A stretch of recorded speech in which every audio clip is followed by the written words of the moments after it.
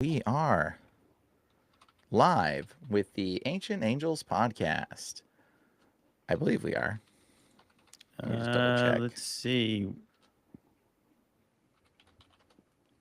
Boom. Not seeing anything yet. Yeah, it's Oh, not. here we go. We are live. Yep, Okay, we yeah, are we're live. live. We're We are good. live. What's up, everybody? Welcome. Today is going to be a very fun episode. I mean, I think it will be fun. Um, It's always because fun. yeah, it's always fun.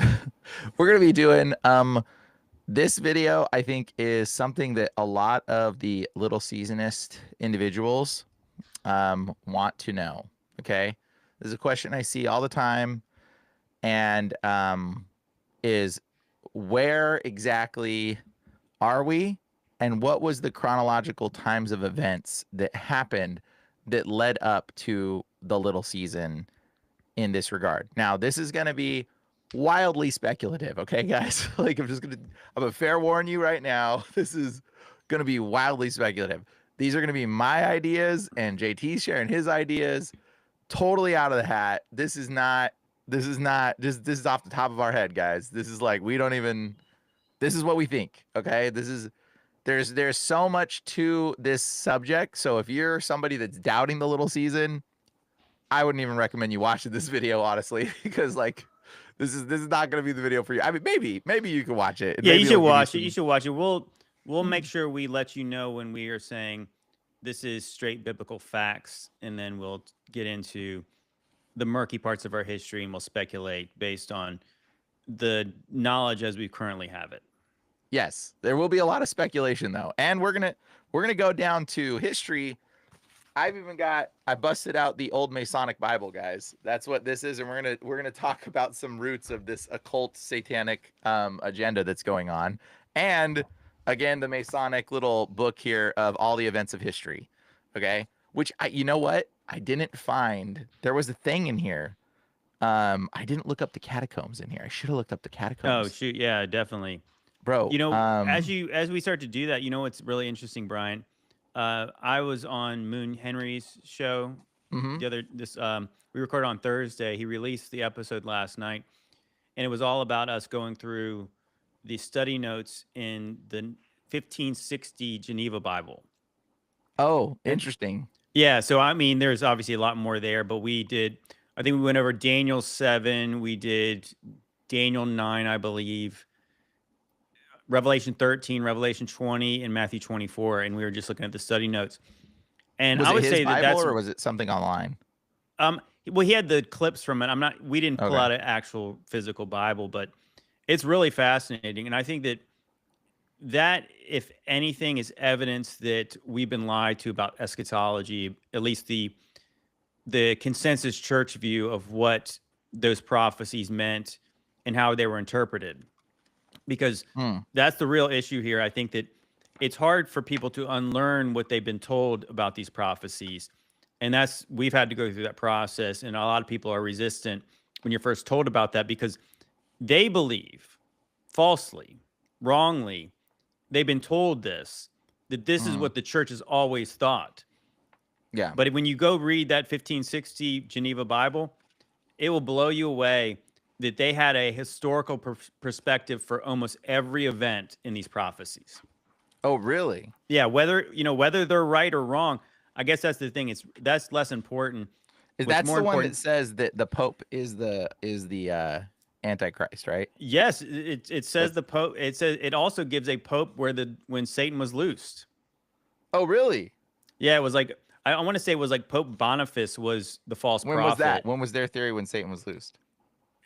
It was probably right around 1470ish or something like that. Okay, that makes sense. It was That like it makes was like Pope sense. it was like Pope Silvestri or Sylvester or something like that.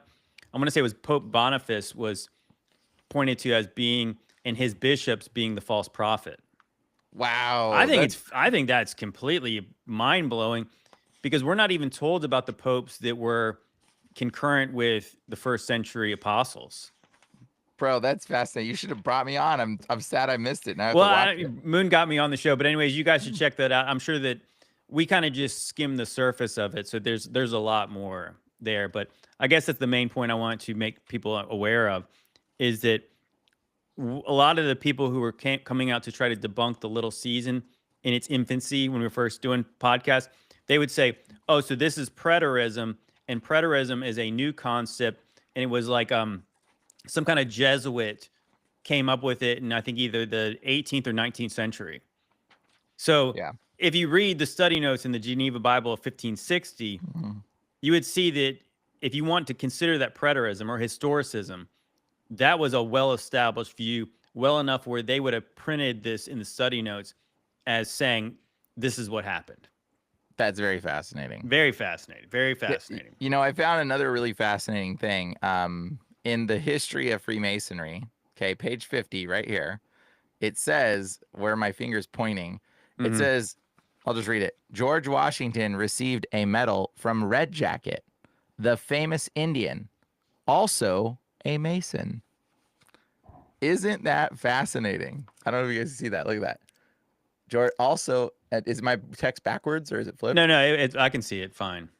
Yeah, also a Mason, it says. You see that? Well, I think I want to say we discussed that when we were going through that the last time.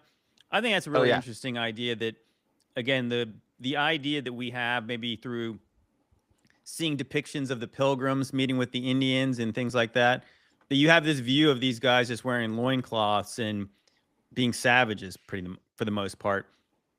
But it's always confused me a bit that they were able to communicate so well together so early on in these Europeans travel to this new world.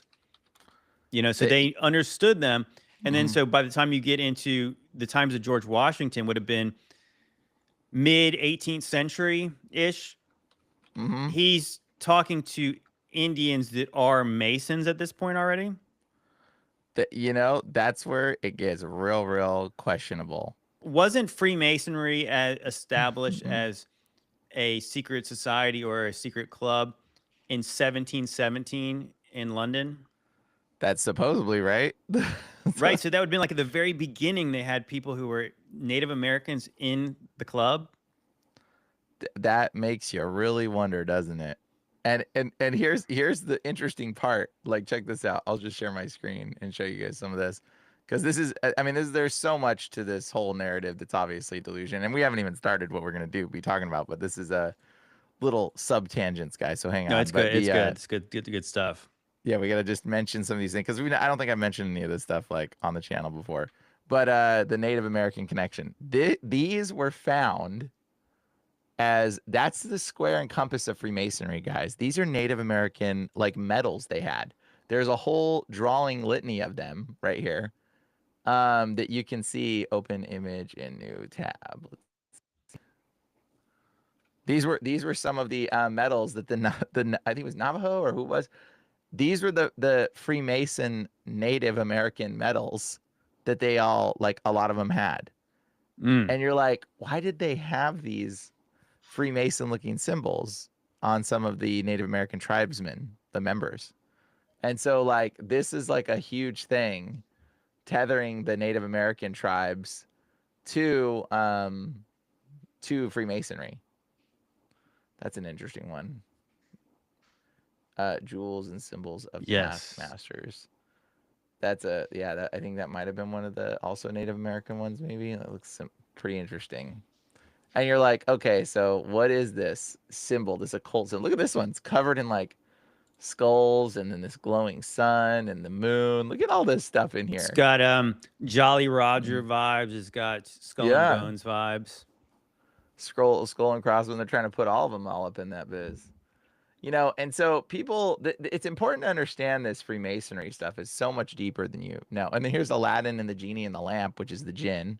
Okay, that's the jinn that control and build things. Which, by the way, for those that don't know the stories of the jinn, they were builders. Okay, the jinn in old stories, the genies in the lamp, the jinn would come, they would make their wishes to build structures and castles and temples.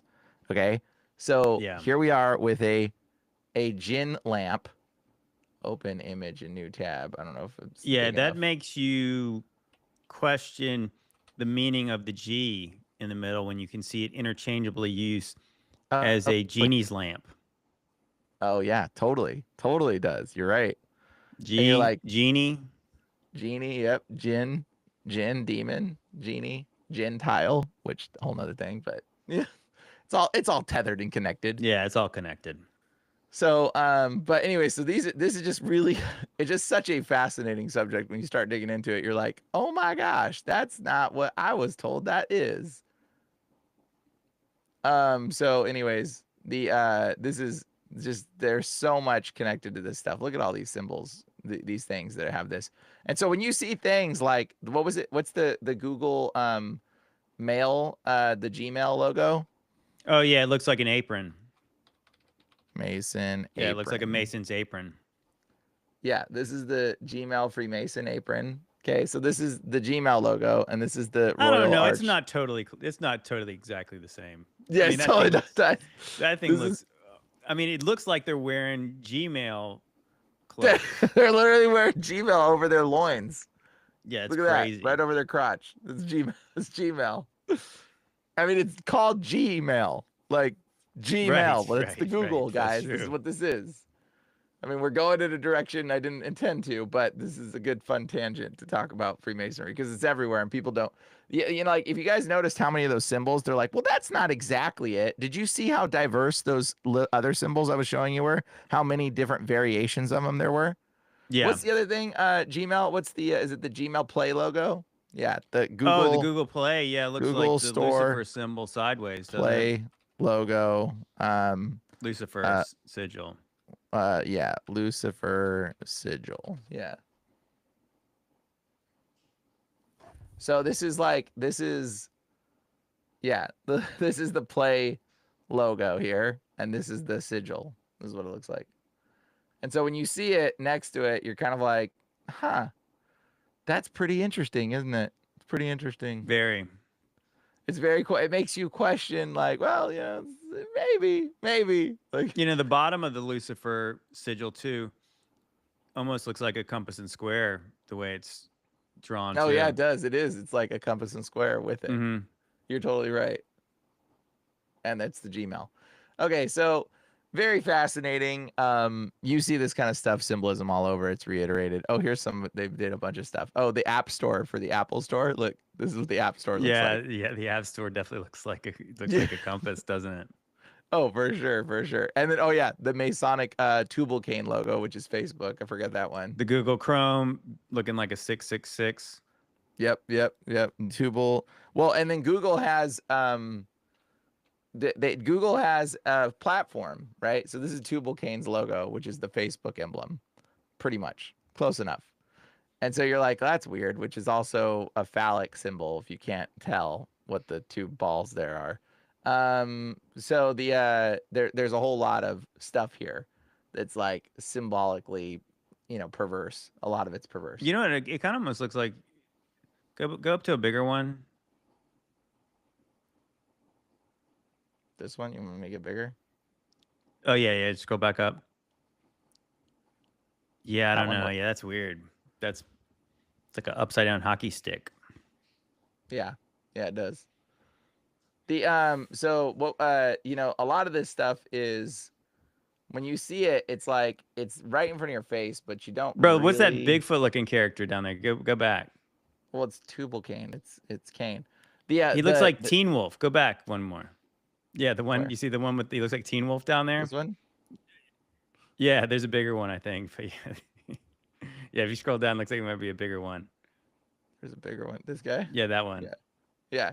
Dude, that's totally Michael J. Fox and Teen Wolf. Yeah. Maybe. So he was the blacksmith. Yeah, what was it? It looks like it's showing. I wonder if this Tubal Cain is where you get the eye of what is his name in Greek mythology. His name is it Hesperus or something like that.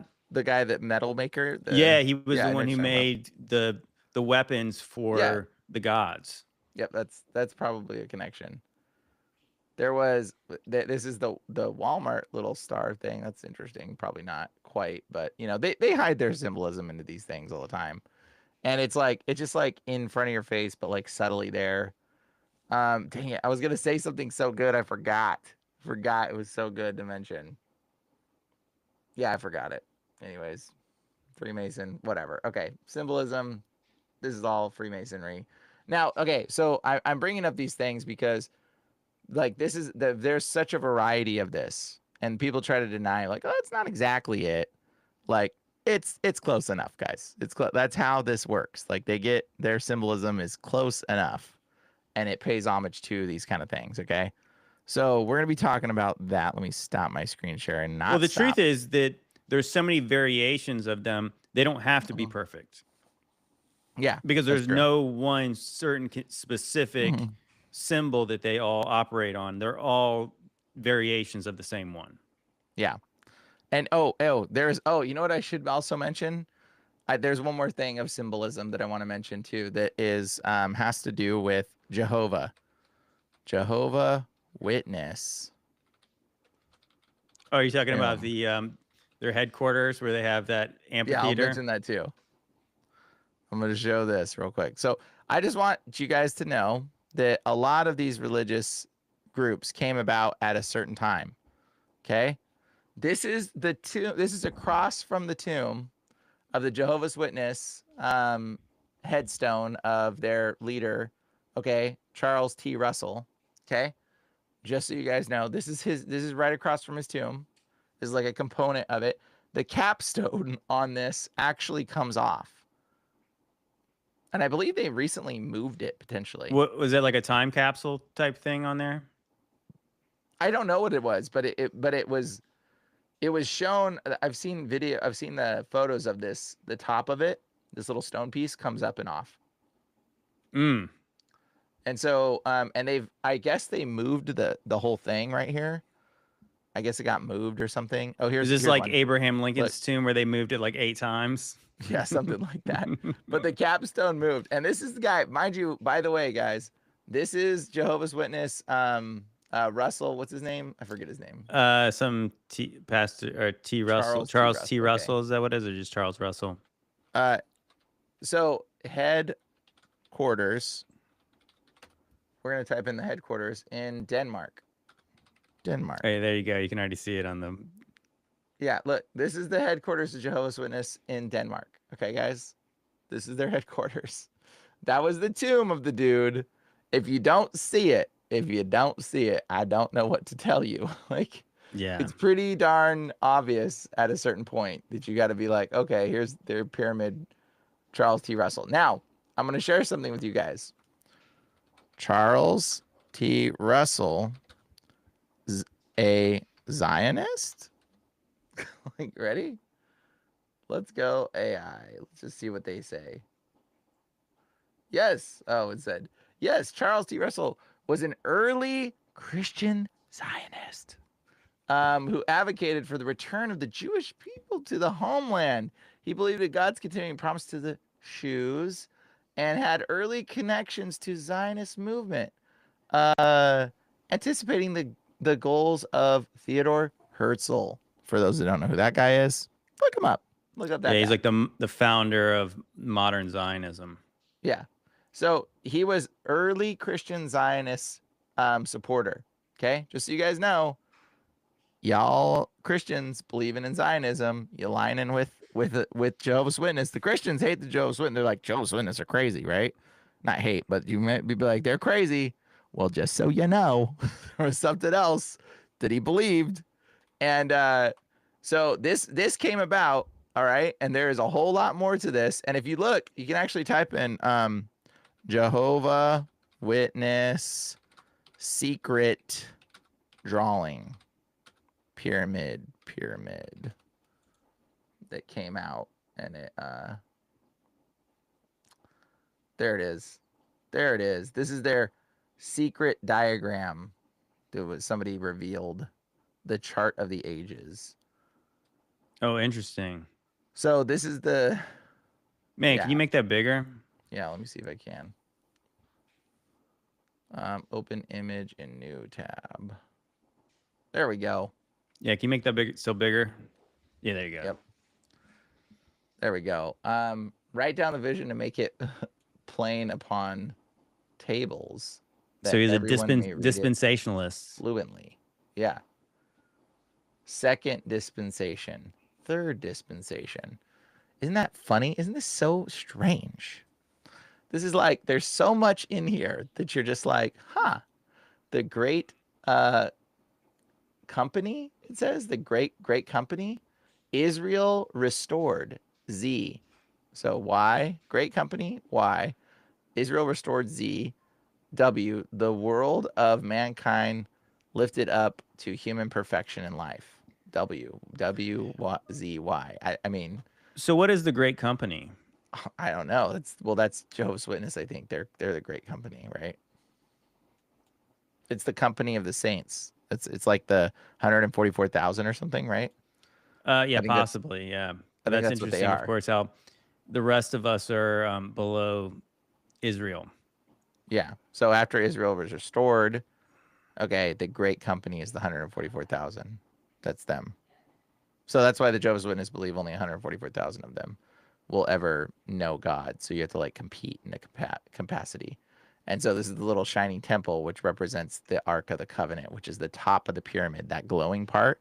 Just so you guys know, that God, little, I guess it would be representative of God. yeah, the eye triangle is the Ark. So that's what that little eye, which is Lucifer. We know it's Lucifer, but people don't know. Look at this stuff. The Jewish age, the gospel age, the messianic age, or how about the Freemasonic age? But Oh, what we if can call the it messianic. bro? What if the top of the pyramid is New Jerusalem? Yep. Oh yeah, it could be. Could be. Yeah, right. Because it's a pyramid. It's glowing pyramid, right? Right. Well, I mean, yeah, Could we've be. we've gone back and forth. The dimensions mentioned in the Book of Revelation give two widths, right? So it has like Yeah. these perfect dimensions on the bottom, but it's also got a height dimension. So a lot of people have made Mm-hmm. the assumption, maybe wrongly so, that it's a cube because if you only have one upper dimension, it could obviously be a pyramid because it's just Yep. Yeah, it could be two a and then pyramid. one. Now I'm gonna show you guys this real quick. This is actually in the Freemason Bible. What's that? What's that, JT? What's that look like? Should I? Oh wait, I gotta show my screen. Let me Yeah, show you yeah. this. Stop sharing. Don't stop the live. Okay. Look at that. Look at that. Oh, look at there, guys, in the Freemason Bible. Oh, I thought that was the Ark of the Covenant glowing thing. Like, I thought that was the magic. No, that's in a Freemason Bible. Well, Okay. we were just This is talking about that on the upcoming JT's mixtape 55. We were discussing if some of these symbols have just been hijacked. yeah, they just been yeah, it's Yeah, they've been possible. hijacked and they once meant something that could be godly. Yeah, because if you think about it, the book of Revelation gives this dimension for this new Jerusalem. And so if you have concluded that it's a pyramid, then these people are using that symbol for evil, but it was not meant for evil. Yeah. And so now when we see it today, we're just like, oh, these people are always evil.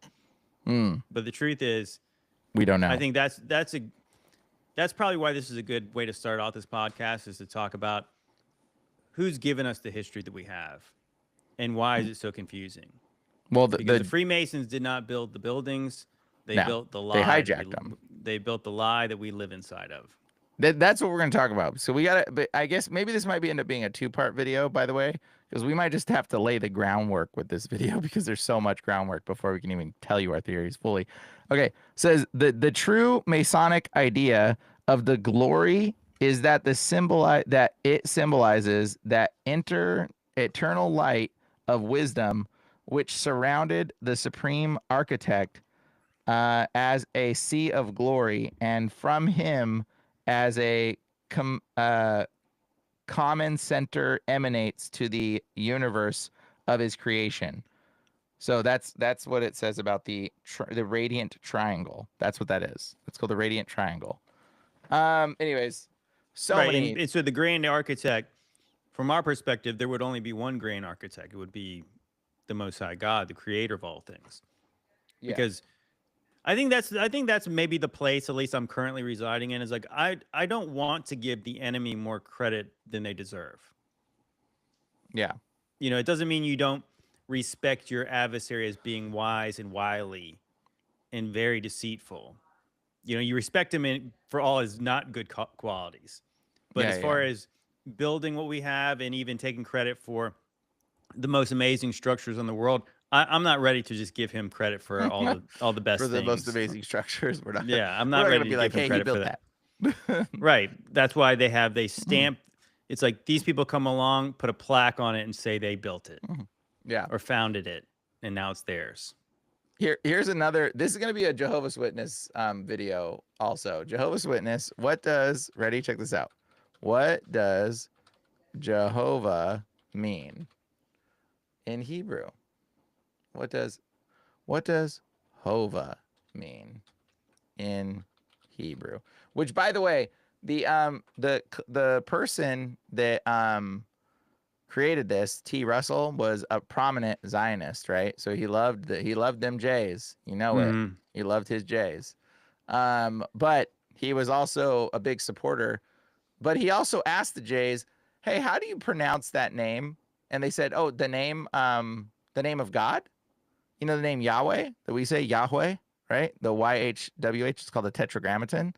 He said, "How do you pronounce it?" And they told him, "Oh, it's Jehovah." Yeah, Jehovah. That's what they told him. But what does Hova mean? Hova means disaster, ruin, or calamity. Okay? So Jah is God. Okay? Jah, we know Yahweh. Let me ask you, JT, does Jehovah sound anything like Yahweh? Do those sound remotely the same? What do you No, they think? don't seem to. They don't they don't sound remotely the same. But you know what they'll say? They'll say the name Jehovah is a Latinization. Jehovah is a Latinization. Okay, look. They'll say, nope, Jehovah. What the heck? Can't type, bro. Jehovah. I'm terrible at typing sometimes. I can't even type it. Okay, anyways. Is a Latinized rendering of the Hebrew name YHWH, created in the Middle Ages, combining the construction of YHWH in Latin with the vowels from the Hebrew word Adonai. No, which means my Lord. The Y was replaced with the J, and the vowels of the Adonai were substituted, resulting in a Latinization spelling of Jehovah. Does Adonai, Jehovah, or Yahweh sound anything like each other whatsoever? No, they do No, not. they do not. Okay. That's because Jehovah, Hova, means, Jah means God. It's always meant God. Yah, Jah. Okay. This means God. It's the prefix of so many different things. Okay. But Jehovah means God destroys. So God, Jehovah Witness means witness God's destruction. And the Jewish people laugh hysterically that like Jehovah's Witness call themselves Jehovah's Witness. They think it is hilariously funny. And it is funny. It is funny. The Jehovah's Witness are literally saying witness God's destruction about their own people. Guys, like, this is insane. It is insane. The Jewish people think it is hilarious that they call themselves Jehovah Witness. And people say Jehovah Shalom. That means God destroys peace. Okay, or God destroys Well, Shalom you peace. know what? Yeah. To be Jehovah fair, Jireh. to be fair, God's done that a few times. True, but it's funny because they take it as like a loving thing, but it really, that word Jehovah literally means God to ruin. Jehovah Shalom, Jehovah Jireh, Jehovah Nisi. That means God destroy my banner. This is Hebrew botched language. And they asked the Hebrews, they asked the Jews, hey, how do you pronounce that word Yahweh? And they went, oh yeah, the word that we don't pronounce, the one that we call him Hashem because we're too. Yeah, well, yeah, we'll tell you how to pronounce that word. It's Jehovah. Yep, it's Jehovah. Well, That's how we say it. from their And so, like, perspective, from their perspective, would that be an accurate title for him? I mean, maybe You know what I it is mean? an accurate title because he destroyed. Didn't he destroy them and scatter them? Sure, yeah, absolutely. I mean, it could totally be I Jehovah mean, where's Jireh where's their destroying temple their at? peace. So like God, it's just funny because God has many names, and like people try to like pinpoint God's name down and be like, dude, you can't pronounce God's name. Just get it out your head that you think you could pronounce the creator of the universe. You think you can actually pronounce God's actual like name? You think your tongue, your human tongue, could utter the created being's essence, who creates all of the world and everything with his own word? Like, you think you can utter God's every name you got for the Lord is just a nickname. Okay, that's it. I think it's all just titles. It's titles and Yeah, descriptions yeah. because if you really think about it, God would not need a name.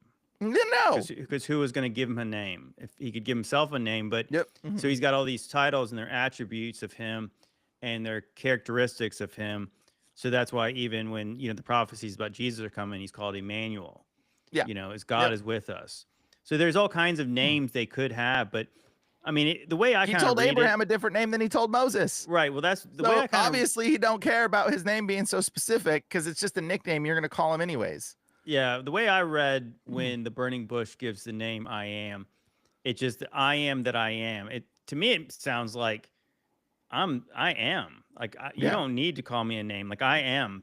I'm yes. Before Abraham was I am. Like I'm something different than you guys. Yeah, that is a good point. God don't have a name like that. Like yeah. That's a good point. He's so because who named him? Right. Nobody. But what makes you think he's got a name? You're Moses, I am. Yeah, I'm just, exactly. I exist and I'm God. Dang, that's pretty epic right there. That's really epic to think about that. Like, who named him? Like, no one did. So at that point, like, does he have the name that we can even utter? Like, that any name we give him is just the name he gave himself. That he's just like, yeah, call me this. Well, again, and Jesus has a name written on his thigh in the book of Revelation that no man knows. Yeah, or that maybe no man could even utter, even if you had a tongue to utter it. You'd probably explode if you tried to say the real name of God. I think your head would just be like, boom. I think that's what would happen. I think if you could utter his name, it would be like, boom, gone. You'd be dead. Like just seeing his back would kill you. Okay, like that's all Moses was even able to see, in him passing, right? So anyways, this is the basis of, I think, a lot of deceit. Okay, and it's important to understand this because when did Jehovah's Witness start? Do you know, JT? When? Oh, I mean, was it in the 1800s? Like a lot of false, like a lot of false religions. 1870. Yeah, a lot of false denominations popped up because they were wrongly trying to predict the book of Revelation to play out, the rapture or the return of Jesus. They were, all of them were tethered to that. So in 1870, Jehovah's Witness was started. When was Mormonism? Mormonism started. Do you know? That probably would have been in the 1830s. Yep, 1830. 1830s. So Mormonism and Seventh-day Adventist. Seventh-day Adventist. I wonder when the Church of Christ was started. What about the Church of Christian Science? 1870, 1830, and 1860. Mormonism started 1830. And the Seventh-day Adventist was 1863. Okay? And then what do you want me to look up? What about the Church of Christian Science? Of Christ. And the Church of Christ was started in 1830. Okay, that's the church that doesn't believe in worship of music. Okay, they don't believe in music. They don't believe in instruments. The Church of Science, you said? Christian Science. Christian Science. So if you guys are noticing a pattern here, 1879. There you go. There you guys. Are you noticing a pattern? Have you guys noticed the pattern yet? It all started in the 1800s, right after 1776, when this country was, when we believe, the official birthday of Satan. That was the announced birthday. He was let out before then, but that was like kind of his I'm in control now birthday. Okay, that was 1776. And then right after that, we just went through and listed a bunch of these Christian sort of subcultures, right? So, and all of them, it's not like there's not truth. You could still be one of these people and still have truth and understand Christ, okay? But there is a deception being fed to you. You want to know the common thing with all these things I just listed? Everyone, okay, Jehovah's Witness, Christian Science, Church of Christ, Seventh-day Adventist, Mormonism, and Jehovah's Witness, okay? They all started in the 1800s, like right around the same time. A bunch of little cults started forming in Christianity. Okay, this is the last straw that Satan took down was the Christian understanding. He perverted it in the 1800s. He really went for it, and successfully, apparently. And so if anybody else got some other ones that started in the 1800s, add them in the chat or something. By the way, thank you guys so much for the donations. And what was that? Skate the moon, or I can't read the rest of it. Skate the Monster Bowl. There you go. The yes, thanks, bro. Anyways, all these cults started at the same time. And don't get confused. They are all Zionist death cults. Okay? I'm just going to tell you right now. They are all started in the 1800s and they all started promoting Zionism like all at the same time. And so they started promoting like the rapture. They're all like rapture based kind of cults in a sense. Okay? And it's not that there's bad. It's not, again, they're not bad. You can be a part of these things. You can still find truth. You can still know Christ and you can still find love and unity. But these indeed have some deep rooted things that are tethered to the occult. Okay. So in Mormonism, that all seeing eye. Y'all seen the Mormonism all seeing eye? Have you guys all seen that one? Just like I showed you all that stuff in Jehovah's Witness, guys, here it is. Joseph Smith Foundation. Look at, guys, look, it's the eye glowing down with that glowing thing. Here's the Freemason symbolism that's tethered in to Salt Lake City, guys.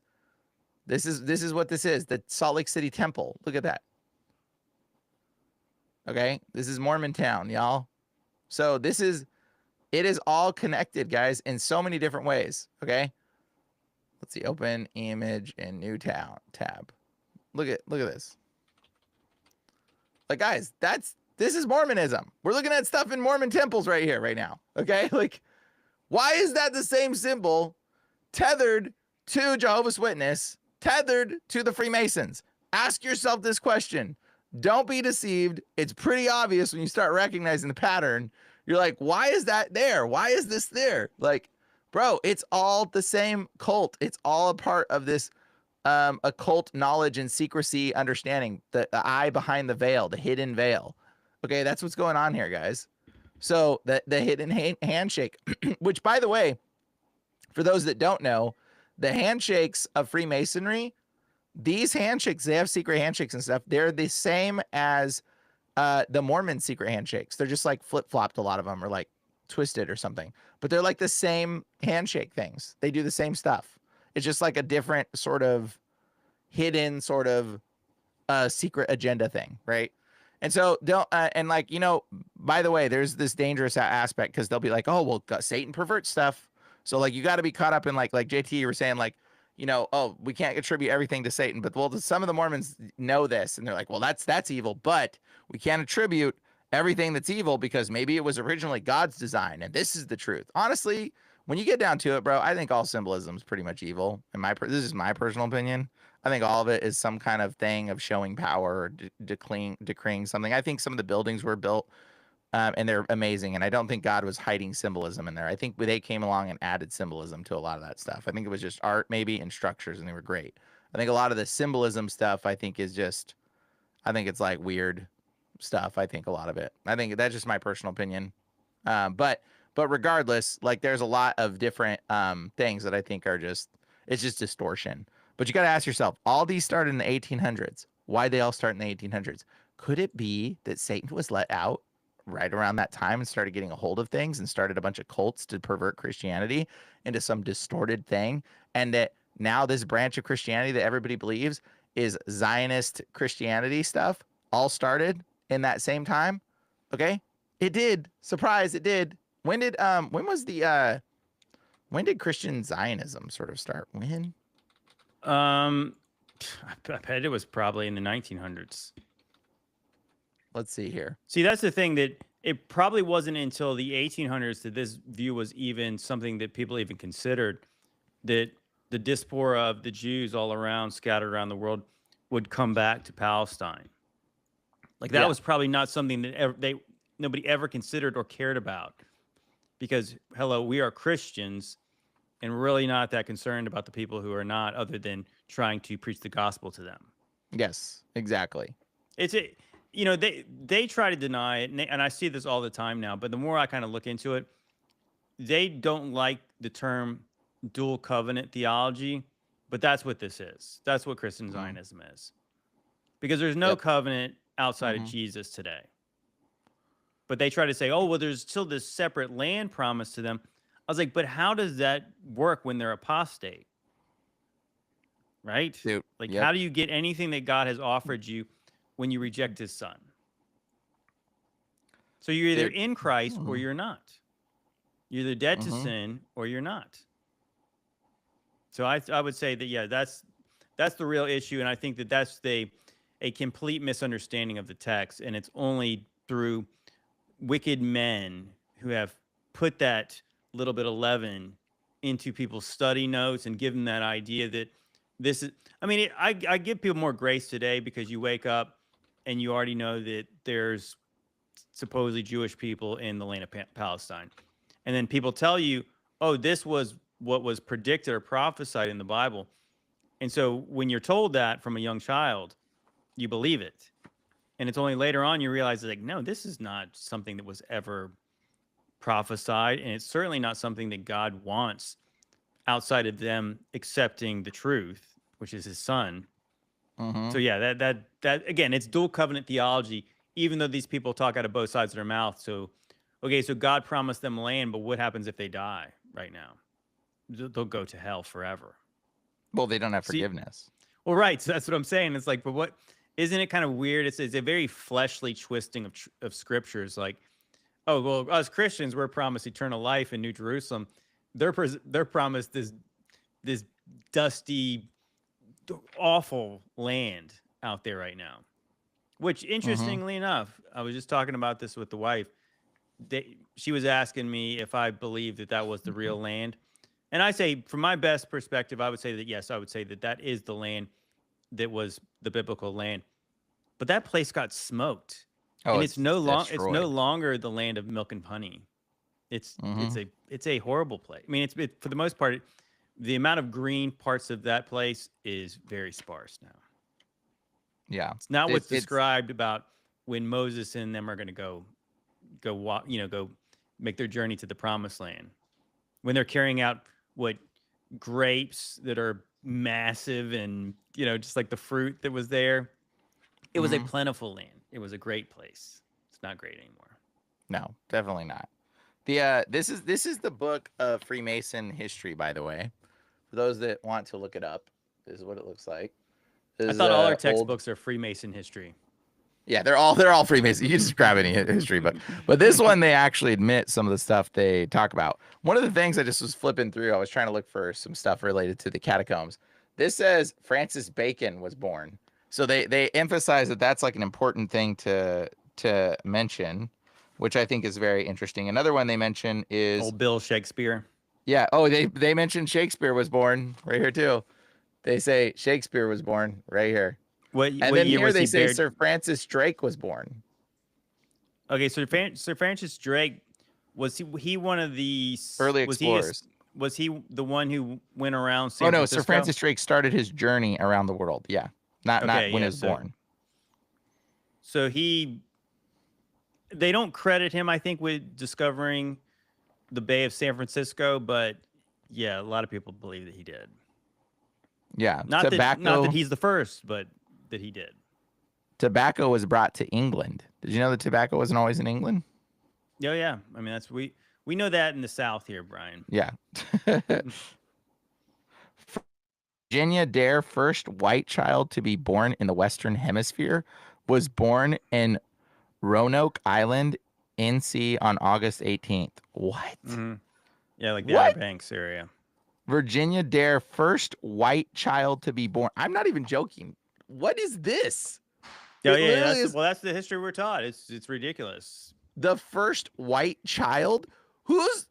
What are you recording? Like, how do you know that? How would you know that period at all? Like, be like, there's no white people in this land. Like, It's are they going to record it's the a first time? ridiculous notion again that this place was not discovered until 1492, and then there was no white people ever before in the whole history of this place.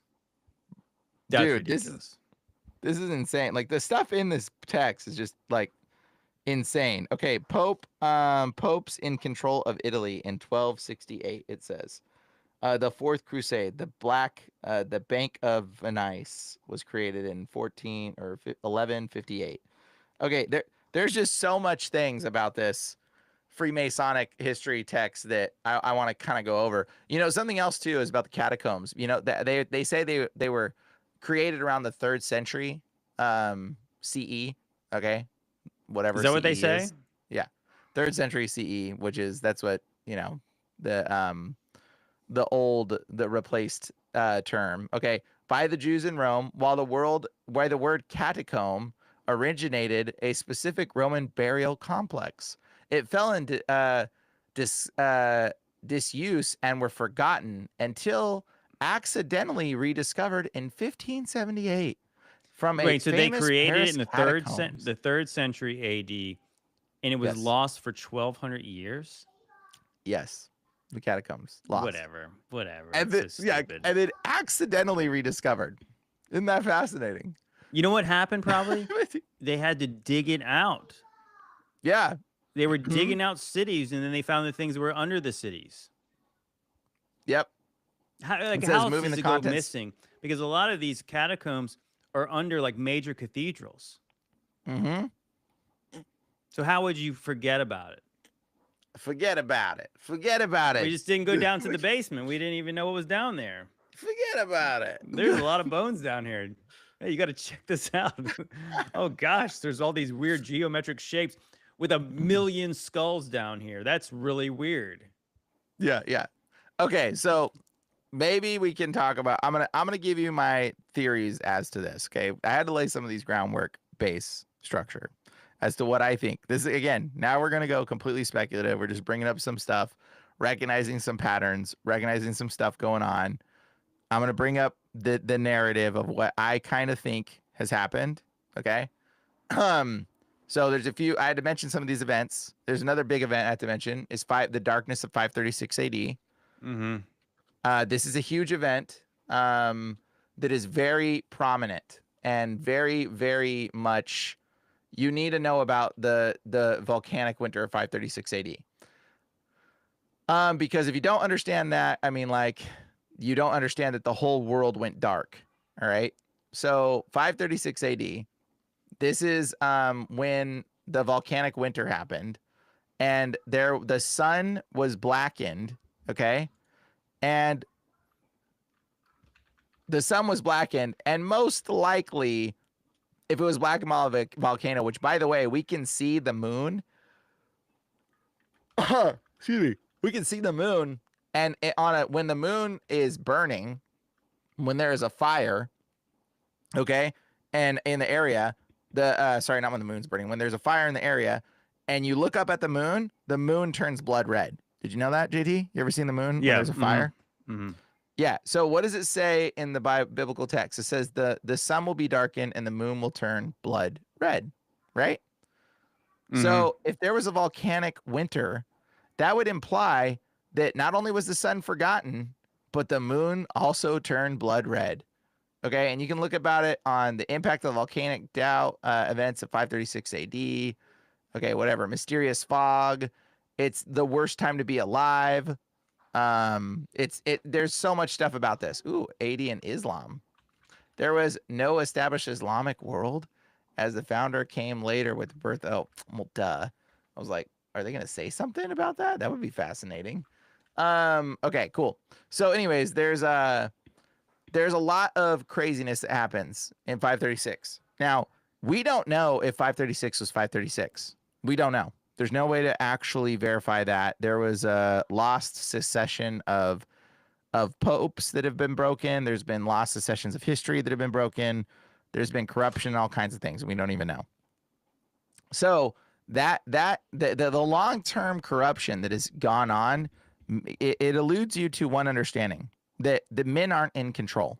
Something else is in control of this. Okay, because like the long-term corruption has been happening for so long and over so many different lives and so many different people that, what happens is people that are, disillusioned, they're like, it's got to be men. Men are evil. It's got to be men. And it draws you to this conclusion that maybe nobody dies and these people are just secret lizard people that live forever. Because how is this going Vampires, on?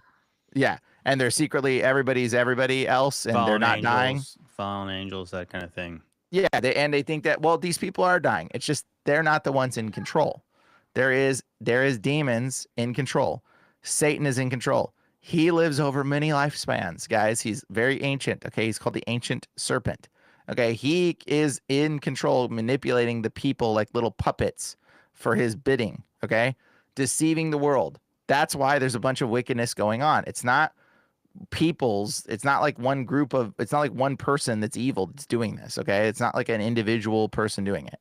So, and you got to understand that, because it's important that you don't get caught up in these disillusions to be like, think that it's individual people that are the problem, and then you think that, okay, well, then they've got to be secretly behind the scenes pulling the strings. No, it's an invisible entity who's possessing people and influencing the people he's using as puppets that he's possessed or controlled over. Okay, so what happened, I believe, is in 76 AD or 79 AD, I guess you could say, they killed Jesus, okay, around 30 AD, I would imagine, because it was after death. Well, yeah. Again, you have Yeah. to take all this thing with a pinch Mhm. of salt, because Yes. the issue here is the fact that we had a new dating system, supposedly, that was not even talked about until the 6th century. There was not even established till like the 10th or 11th century. Actually, I think the 11th century. So Yeah. trying to figure out when Jesus was born, when you're trying to put him into a different calendar than was the original one.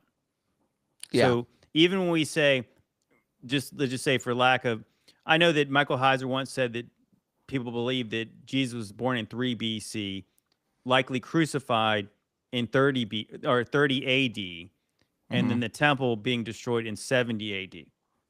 Yeah. We don't know these This is numbers. still people's best guesses. Again, this is based on a calendar that's full of errors. Yeah, thought on the fire raining from the sky being a dragon for the final chapter of Revelation.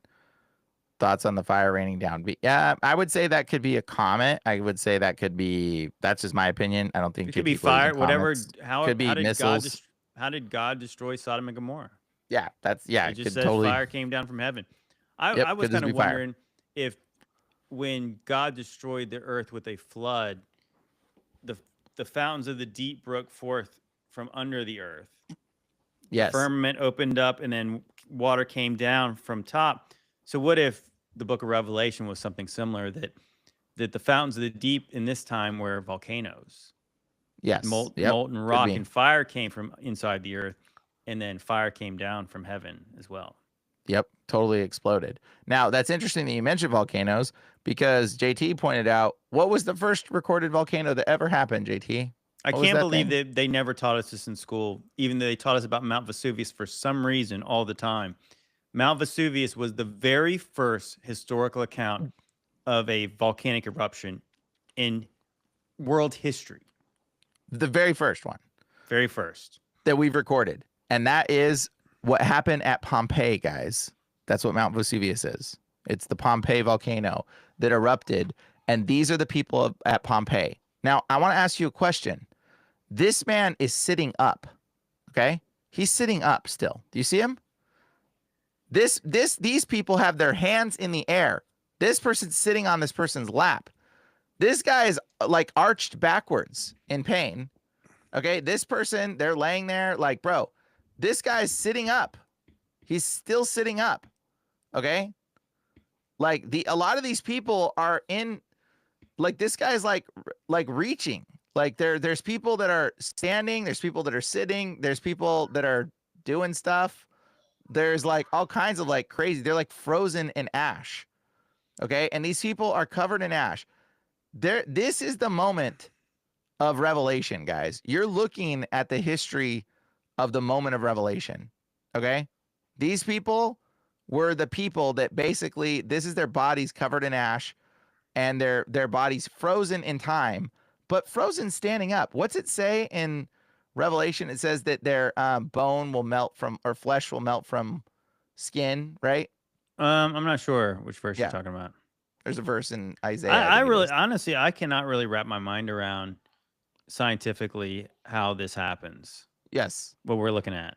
They say that a gas came out, okay, and it Hmm. knocked them out, but they're standing up, and then ash from the volcano rained down and settled on them and created these kind of persons preserved stand in perfect positions of ash. That's insane. You know what it does say in the Bible?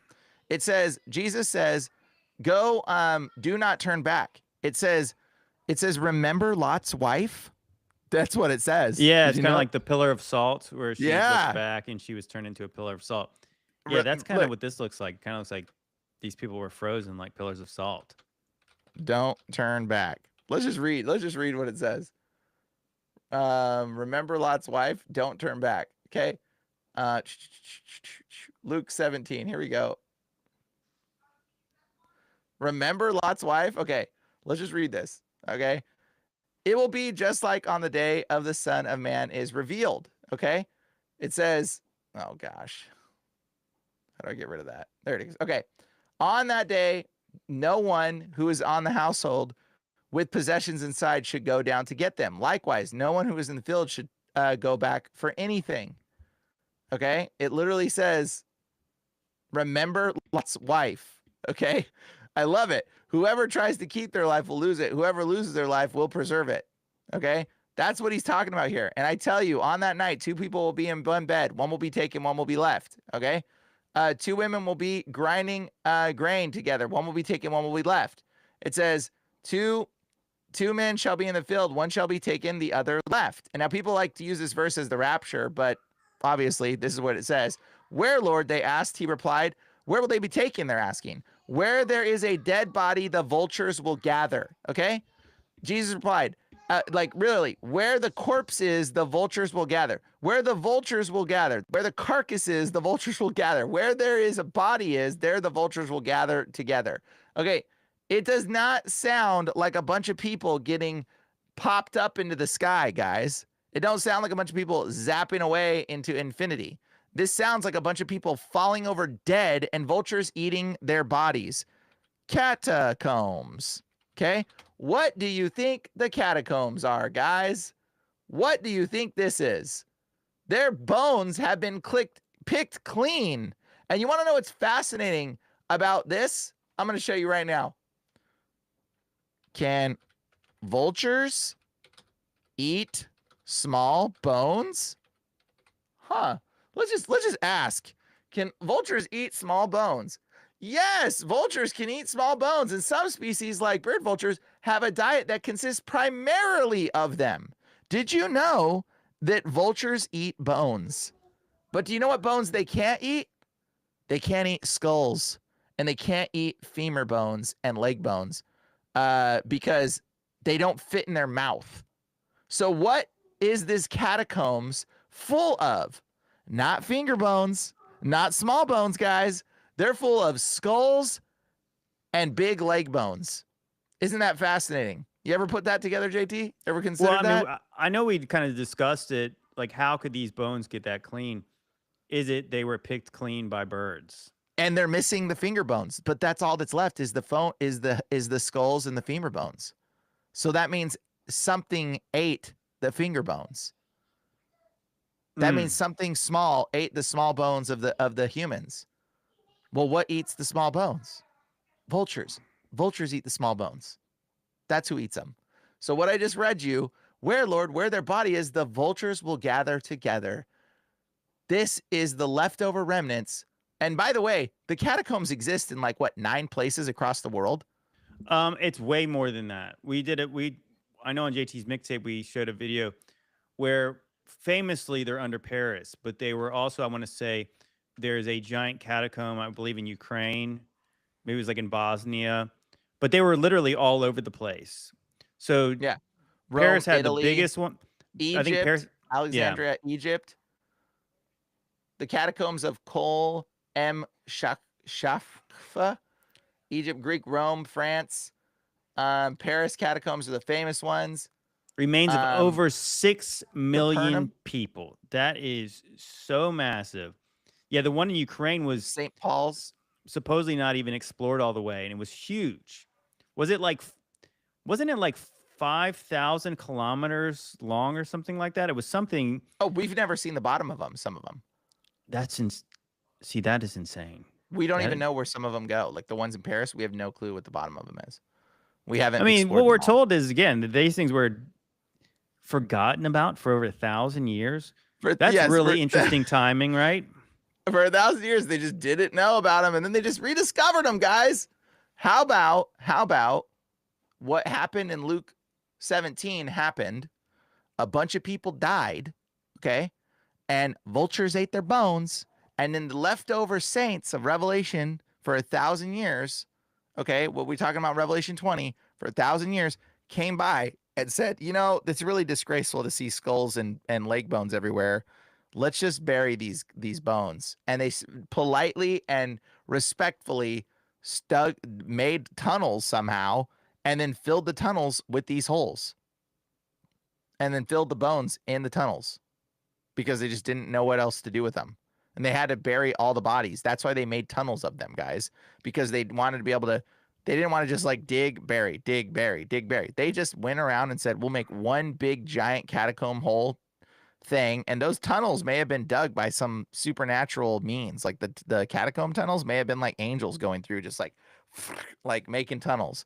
And the Christians just went through and then stacked them all up and then put them all in there respectfully to bury their bones. Now, I'm not necessarily saying this is Mm-mm, what this verse is about, but this is interesting. I was thinking about in mm-mm, Ezekiel 39, it's talking about Gog and Magog. And I'm going to mm-hmm. start reading at verse 11. It says, "On that day I will give Gog a place for a burial in Israel, the valley of the Oh, travelers, east of the sea. It will block the travelers, for there Gog and all his multitude will be buried. It will be called Valley of Hamon Gog. For 7 months the house of Israel will be burying them in order to cleanse the land. All the people of the land will bury them, and it will bring them renown on the day that I show my glory, declares the Lord God. They will be set apart, for men to 7 months they'll be burying them. well, yeah, let's check this out though. It says Oh my they gosh. will set apart men to travel through the land regularly to bury those travelers remaining on the face of the land so as to cleanse it. At the end of the 7 months, they will make their search, and when they travel through the land and anyone sees a human bone, they shall set up a sign by it till the Mm-hmm. buriers have buried it in the valley of Hamon-Gog. Hamon-Gog is Hamanon is the name of that city. Thus they shall cleanse the land. I just remember it was Bro, just like, yeah, there's gonna be that's so many bones, and they're gonna just continue to bury bones. bro, that's what that is. That's what the catacombs is, people. Like you're looking at it. You're looking at it. Like that's what it was. Like it's so obvious that we miss it. Like people think that was a catastrophic event that just, no catastrophe. It was like, oh, they dug up the bones. Well, what happened to the flesh? They dug them up and then they reburied them, guys. That's what they did with all the bones. That's what they tell you right now. That's the narrative. Except for you can carbon date them. They'll lie and say, oh, there's a variety of ages in this carbon dating. No, it's not. They'll carbon date them and they'll all be the same age. Like I almost guarantee you they'll all be close to within the same age. And you're like, how is that possible?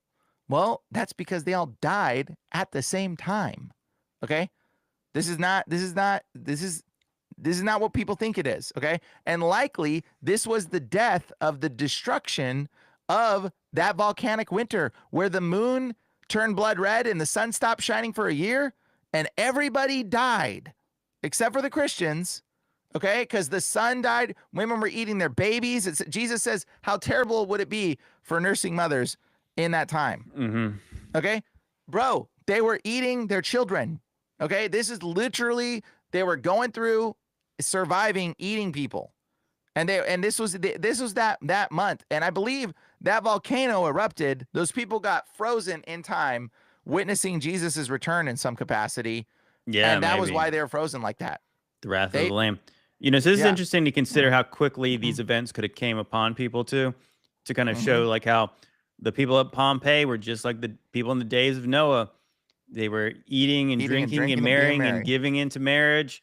And so here's what it says at Mm-hmm. the end of the book of Revelation. We don't often talk about this part where it says, well, we talk about this part. It says, verse 10 in Revelation 22.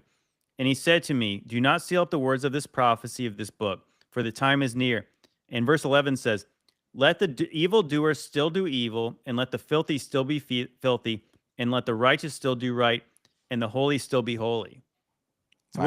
what does that mean to you, Brian, when it's saying, let the person who's doing evil continue to do evil, let the righteous continue to do what's righteous? Just I keep think on it's living your saying, life. I think because it's saying the time is near. I think that if the time is to repent is past. Mm-hmm. Like this is the end. Like this is how quickly this is Dang. going to come upon people. That's And scary to think about that that. is the Like, connotation of the thief in the night. It's not once the thief comes, it's too late. yeah, you It's can't be like, done. okay, I'm gonna change. I'm gonna change. You Too can't do that. late. Too late. You already made It your ain't gonna be, decision. yeah. Dang. There's so many people that were probably like, no, we'll change. Like in that last minute. Oh my gosh. It's so scary to think about that. And But then they hid anyways, themselves they hid themselves in the rocks in the caves. in the cave, the men made those caves, probably. Who knows? The men Yeah. made those caves and they ended up becoming their burial tombs. Is it? Ooh, that's kind of pretty scary sounding that they went inside Yep. the earth and that's where they remained forever. Never Just like came out alive. the Lord of the Rings people went to the mountain. Oh, that's interesting. Yeah, I'm glad you brought that up, Brian. As you I know often you like to love to talk about. talk about that. So the mines of Moria. Remember? So if you watch Moriah. You mean the mountains of Moriah, you mean? yeah, Is that that's what you mean? interesting. So Mount Moriah is where the temple was built under the Yeah. temple complex, and so in the Lord of the Rings, it's the mines of Moria with the Mm. dwarves. Which With again, if you look at their characteristics and they got something with their nose is kind of they a little unusual, we'll say. let's just say they resemble certain people. Like, They're very they like fascinated with jewels and treasures, and they're very greedy. I'm just saying. Well, anyways, just so saying. remember in the Fellowship of the Ring that what Gimli is trying to Mhm, get them to go mhm. through the mines because the mountain, the snowy pass is too dangerous, and he's talking about how great it's going to be. Guess what they find when they go into the mines of Moria? Nothing but Oh, darkness. but bones. Oh yeah, nothing but bones. Yeah. It's Yeah. just these ancient kind of cities under the ground, and Yep. there's nothing but dead dwarfs down there. It's only their Yeah. bones. Dude, it's so creepy. So because it's that it's like he wrote that book knowing he knew this stuff. Like he like pawned off some of these ideas. Yeah, And he had some knowledge of this he for had some sure. knowledge of this, but he was a cultist. He was like, so people think like J.R. Tolkien and C.S. Lewis were like the good guy. Bro, they were involved in studying the occult secrets. I Like like to this is believe that Tolkien was on the good team. you like to believe he's on the good team? I'd I like don't to even think know, so. I mean, I man. think a lot of the stuff he writes about, he does really write about good and evil in like a very clear, you know, there's a dividing line. Yeah. And of course, it is interesting that how he represents Sauron as this lidless eye. Bro, it's distortion, bro. It's literally just meant to He's talking distort to about make people Sauron be as the distorted. devil. Sauron is I Satan. know. I know, but that's the thing. That was meant to Sauron make it look sat. like fairy tales. Even think about it. Lord of the Rings. Yeah. You ever heard that The Saturn Ring is brothers, the Ringling well, brothers, or Saturn is the called a Lord Masonic of rings that they're given. yeah. Saturn's called the Lord of the Rings. Mm-hmm. It's got the Yep. rings. Yeah, because he worships Saturn. He's a Satanist, bro. No, I'm saying. Tolkien didn't worship Saturn. I don't know, man. I don't know. I think it was a very secret, sneaky way to try to influence people in society into believing a narrative of wickedness. That's my opinion. Because Somebody it's says, like where when did you get the idea that C.S. Lewis being involved in the occult? Well, C.S. Lewis was in the Inklings with Tolkien J.R. at Tolkien, was at Oxford, Oxford? yeah, Yeah, at which was Oxford. So yeah, also that's a like a secret society type ish thing. yeah, Now, C.S. Lewis also historically ran by Francis Bacon was involved as well. was Who's a an Christian occultist. was historically a Christian, but he's got some pretty heretical sounding views. He actually said that Matthew 24 was the most embarrassing part of the whole Bible because Jesus in his humanity was a false Didn't prophet. yeah. So he said that. He said That's he pretty didn't. bad. It's He pretty said he bad. didn't come back, right? Didn't he say because he didn't come back? Well, I mean, he says what everybody in this community actually we don't believe that Jesus was a false prophet, but Tolkien Yeah, or C.S. Lewis read Matthew 24 with the right understanding that Jesus was absolutely telling them he was coming back in their generation. but he So believed he didn't come so back. he believed he did not come back. We believe he did. So but he's probably one of those guys who actually has the stones to say what Jesus said, but he will actually go out on a limb and say that he was wrong. But most people will not do that. That's kind of like Glenn Beck saying that the apostles all thought they were living in the end days, but they were wrong. See, we don't Oh. think they were wrong, but it takes a lot of to whatever. It takes a lot Yeah. of stones to be able Cojones. to be able to go out on a limb and actually say, I can read what the text says, but I believe that these biblical authors and Jesus himself were actually wrong. See, I think he was a deceiver. And I mean, he wrote the screw tape letters from the inspiration of demons, guys. Like you think he wrote that because it was to help the Christians? No, fool. He talked to demons. Like he literally was talking to them. Like how would he get those understandings? Like I've heard demons. I've dealt with demons. Screw tape letters, I would say probably pretty concisely accurate. Where do you think he got that from? Where do you think he got that information from? That's what I'm just saying right now. Because like straight up, dude, if Yeah, you know, testicular fortitude. That's the word I was there looking you for. Thank you, guys. Thank you, chat. thank you, chat. Yeah, dude, it's disturbing when you know, guys, and it's meant to disillude you. Like even C.S. Lewis made Mr. Tumnus, who is Pan, the goat god, Satan. When you when you understand the stories of the Nephilim, the C.S. Lewis completely friendlyized the Nephilim and made you think that they were good guys. He He made like him like, made yeah, made like does like what Disney did. Yeah, he was like made Pan look like a good guy. No, Pan, they knew at that time when C.S. Lewis wrote his book Lion, Witch, and Wardrobe, he was shunned. He was like told like this is straight witchcraft and evil. And you can read old newspaper clippings of like with them talking about him being like terrible. This is wicked, evil, designed to deceive people, and it did. It deceived everybody into this realm of fantasy. If it was not for J.R. Tolkien and C.S. Lewis, this whole elf fantasy reality that we all believe, which is Els, the Elohims, all this bullcrap came from them. They're the ones that perpetuated it further. They're the ones that popularized this fantastical troll stuff and all these other things. Like they're the ones that made you think the Nephilim are fairy tales and that they are not really real. Okay, and then they deceived a lot of people with that stuff, with those writings. Well, I want to say that famously, Tolkien kind of thought C.S. Lewis was a hack, and he thought he was ripping him off too. Yeah, he didn't really like the Narnia books at all. Yeah, Tolkien didn't. They were friends. I heard but something yeah, about that, but yeah, I don't he know. tried not to like publicly talk about it, but yeah, he believed that C.S. Lewis was ripping off some of his stories, and yeah, he was. I think he did make a point about that, saying that he had kind of blurred the lines between some of these evil beings. And that's what I'm saying. Like that, if you read, if you read Lord of the Rings, yeah, like there's pretty evil, clearly drawn lines between good and evil.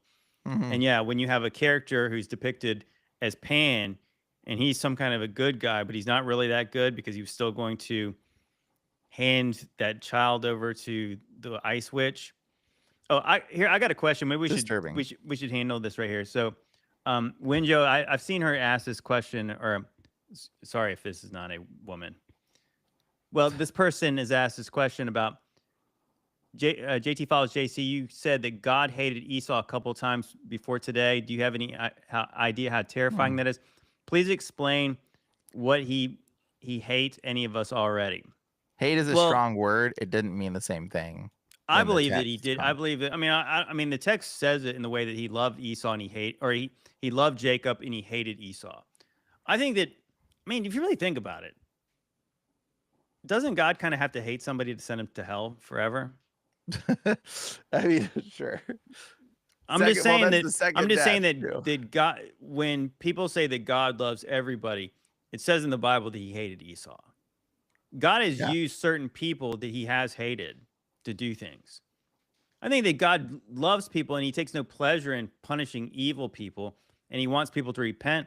But at some point, people make the decisions to hate him. And I think that he hates them back after that. Yeah, I mean, and the thoughts on, I'm going to talk about the land of Jesus. We're going to do that on another podcast on the next one. Just so you know, we'll talk about the land of Jesus here coming up. Too complicated of a subject to go into at this moment. But what do you think? What do you think, Brian? You think that God actually hates people, certain people?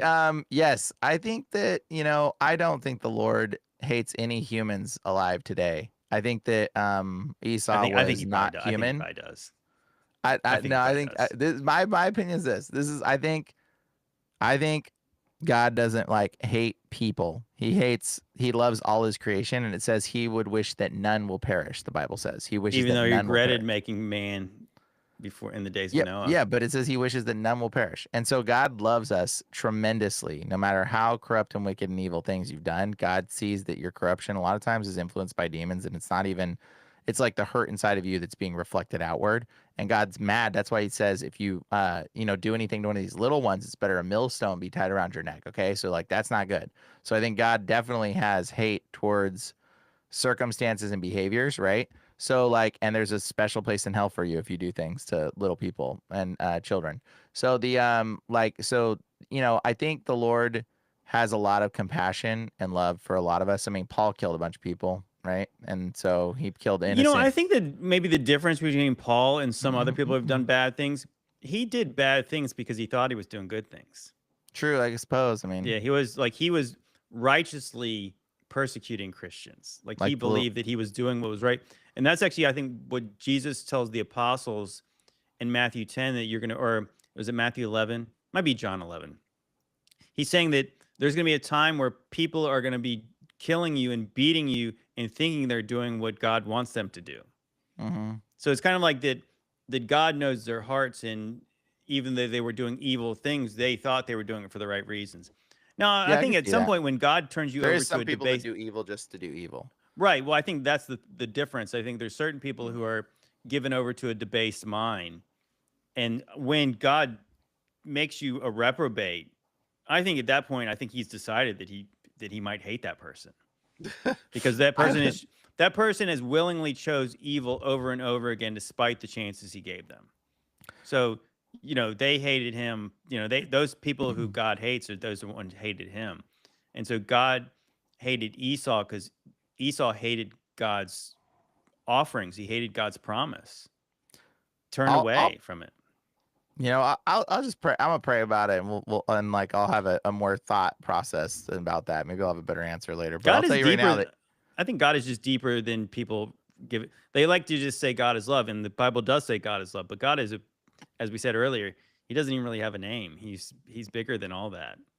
yeah, I think he's the emotion of love in that regard too.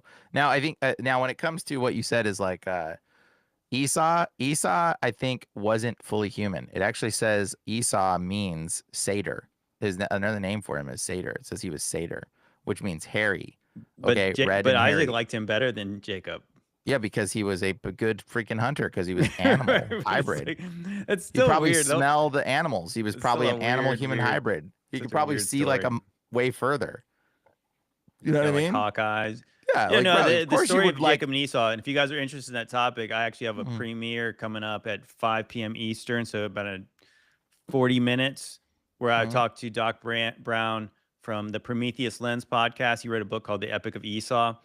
And so, yeah, we get into all that. And so, yeah, Doc has his theories about that Esau might have been an early remnant of the Bigfoot or something Dude, like that. I think Esau was Nephilim, and I think he was satyr. I think he was a hairy goat man. That's why you could put on goat hair, and that's why it says God hated him. It was because he was a remnant reminder of the direct perversion of the human genome, like being expressed. That's what I think. So I think that's what it means. Like he was just basically a Nephilim offshoot, and so that's why God was like he hated Esau. I don't think he hates any of us people today because we're not born in that form anymore like I don't that. think God hated Esau when he was Mm-mm. before he was born. I think it was later that God hated Esau. Maybe I think it was after Esau's choices. I mean, that's the could thing. There's a lot of the promises in the Old Testament are conditional promises. If you do this, you'll get this. If you don't do that, you do the opposite of that, you're going to get bad things from God. So I think that's fear of the Lord is the beginning of wisdom. So remember, like that, you don't want to be on the Almighty God's bad side. yeah. I want to say this real quick, Brian, before you have Mm-hmm. anything else. I just thought it was interesting. I didn't want to gloss too much over 536. I did actually ask ChatGPT. I pulled this up here, and I thought this was pretty interesting. It's saying that I only wanted sources from people who wrote about 536 who lived at that time to witness it. And so what we have Procopius of Caesarea, and it says, so he wrote a history of wars written in the 1550s. Of course, he wrote, the sun gave forth its light without brightness, like the moon for the whole year. And then John of Ephesus, interesting, Syria, Constantinople area. The sun was dark and its darkness lasted 18 months. It gave a feeble light. You have Cassiodorus. He was a witness. We marvel to see no shadows of ourselves at noon. We got anonymous Chinese court chroniclers. And then we have anonymous Irish annalists. And that's it. That's the list. So just think about that, Brian. So the main reason I want to bring that up is that if the earth or the sun did not give its life for 18 months, how many people would write about it today? If everybody died. We only have 3 people listed by name who wrote about it. They and all they do is give like people's. these, and it's like only 1 or 2 sentences about this. Doesn't that lead you to believe that this was a catastrophe, that there's no other records from it, and there's only very faint records about it because it was a catastrophe? Yeah. Because otherwise, if you believe that we have a full Bible here, right? And this is much older than 1,500 years ago. Mm-hmm. So how come we don't have better history about 1,500 years ago? Yeah, yeah. It's very questionable. On a level that would have been a worldwide thing. Because again, we had Irish people writing about it. We had people in China writing about it. So yes, this was the sixth seal. Yeah, yep.